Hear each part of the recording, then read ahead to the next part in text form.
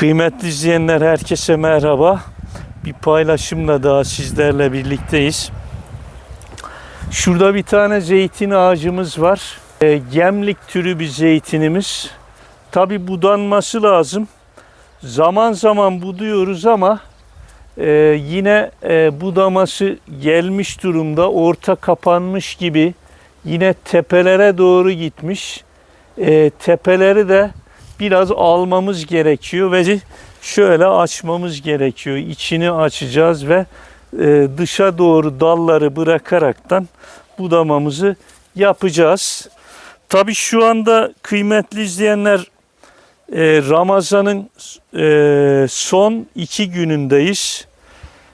Dolayısıyla hicri takvime göre eski aydayız. Yani ayın eskisindeyiz. Budamalarımızı ayın eskisinde yapıyoruz. Sebebi ise hem ağaçlarımız hasta olmaz, yani hasta olmasını önlemiş oluyoruz. Hem de kaliteli meyve almak istiyoruz. Onun için büyüklerimiz de budama işlerini ayın eskisinde yapmış. Tabii biz de o geleneği devam ettirmeye çalışıyoruz. Yine ben tabii genelde araştırıyorum. Yani benim kanalımdaki sizlerle paylaştığım bilgiler genelde bilimsel bilgi oluyor. O noktada tereddüdünüz olmasın. Tabii geleneksel yöntemlerle bilimsel yöntemleri birleştirerek burada bağ bahçe işleri yapıyoruz. Ya bu konuda bilginiz olsun. Fransa'da da yine bir yazı okumuştum. Yani dünyada bazı devletler de bu ayın eskisi olayına dikkat ediyorlar. Yani hangi ürün ne zaman ekilir, ne zaman hasat edilir, ayın eskisinde mi yapılır, yenisinde mi, buna dikkat ediyorlar. Biz de kısmen dikkat etmeye çalışıyoruz. Tabii iklimin müsaade ettiği sürece 2 kere don olayı yaşadık. Yani bu budama işi sarktı. Aslında Şubat sonu gibi yapmamız gerekiyordu ama Mart sonuna geldik. Şimdi budamamıza başlayalım. Kıymetli izleyenler, malzemelerimiz elimizde, testeremiz var, makasımız var. Yine manuel şarjlı olmak üzere bunları kullanacağız. Eldiven kullanabiliriz. Tabii eldivenim var ama ben çok kullanmıyorum.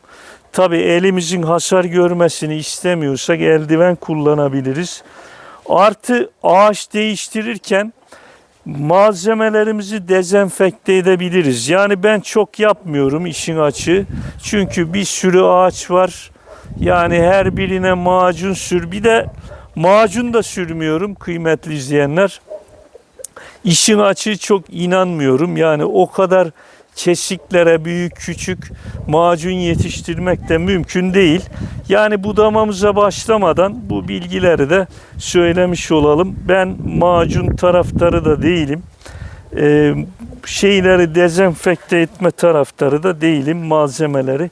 Onu sizlerle paylaşmış olayım. Şimdi eskiler derdi ki kıymetli izleyenler, bir kuş ağacın içine girdiği zaman bir taraftan diğer taraftan çıkmalı derdi. Yani ağacın içi açık olacak, güneş ve hava alacak. Yani esas budamada prensip bu kıymetli izleyenler. Bir de ortasını açacağız ağaçlarımızın. Ya dışa doğru büyüyecek ağaçlarımız. Şimdi bu söylediğimiz şeyi uygulamaya çalışalım. Bir de şurada tabanda kıymetli izleyenler obur dallar çıkmış. Yani bunları sürekli kontrol ederekten kesiyoruz. Bunlar sürekli büyür. Mesela bu çok büyümüş. Geç kalmışız. Bunları temizliyoruz. Bunlar yukarı giden enerjileri ne yapıyor? Bunlar alıyor. Çünkü biz buralarda dal istemiyoruz. Bunlar zaten gölgede kaldığı için meyve de vermeyecek. Yani bir kere ağacımızın dibini temizliyoruz kesinlikle. Mesela şu dallar kıymetli izleyenler altta kalmış. Gölgede kalmış bunları bir kere alıyoruz. Yani güneş görmeyecek bunlar. Evet. Yine bakınız bu dalımız da altta. Burayı da açacağız.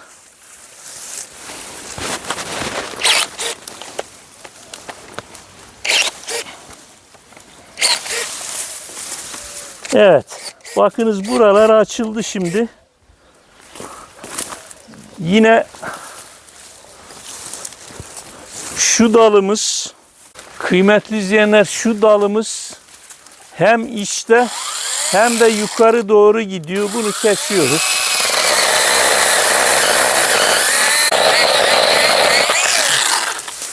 Evet. Şu dalı da alabiliriz. Bakınız ortada kaldı. Ve birbirine de rakip dal.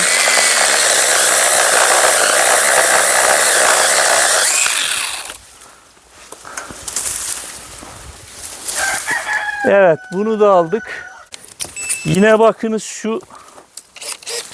şu dalları alalım. Şöyle ortamız açılsın bir. Evet. Mesela şu arada şunlara hiç gerek yok. Buraların açılması gerekiyor. Evet. Yine şu dallar, kıymetli izleyenler.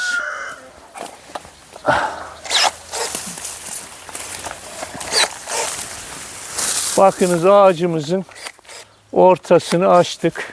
Fena olmadı. Tabii şunların da ucunu alacağız kıymetli izleyenler. Ancak bakınız şu dal dışa doğru gidiyor. Hemen dışa giden dalın üstünden kesiyoruz.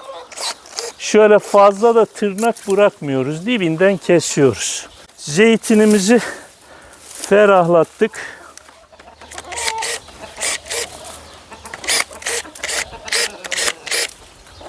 Şöyle. Şimdi şu dalın boynu vurulması gerekiyor. Şunu da aldık mıydı zeytinimiz güzel olacak. Kıymetli izleyenler, bunu da şuradan alacağım.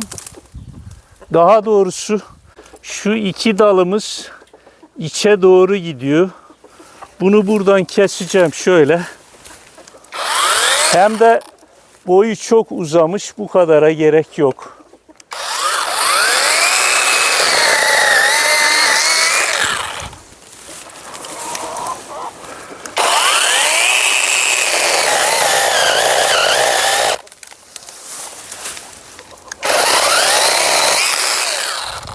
Yine şu dalımız da içeri gidiyor. Onu da aldık. Kıymetli izleyenler, şuradan da bunu yine tepesini vuracağım ben. Hatta şöyle alacağım. Evet. Yani zeytinimiz bu tarafa doğru, dışa doğru şu dalı büyüterekten dışa doğru büyümesini istiyorum.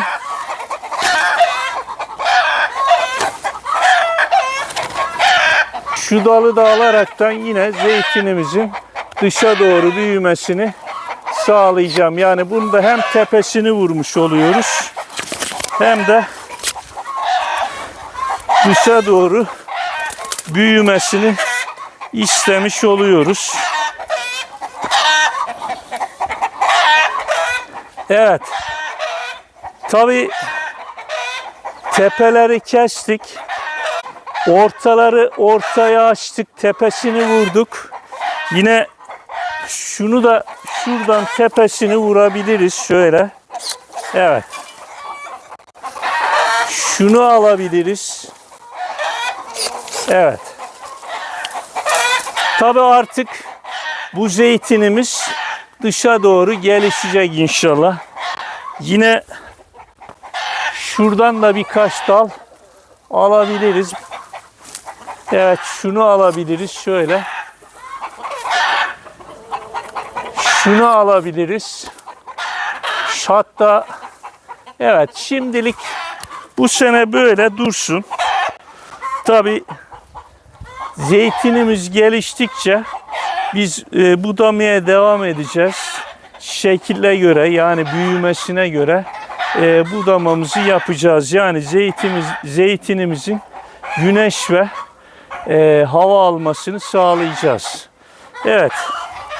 Kısaca kıymetli izleyenler, zeytin budama bu şekilde.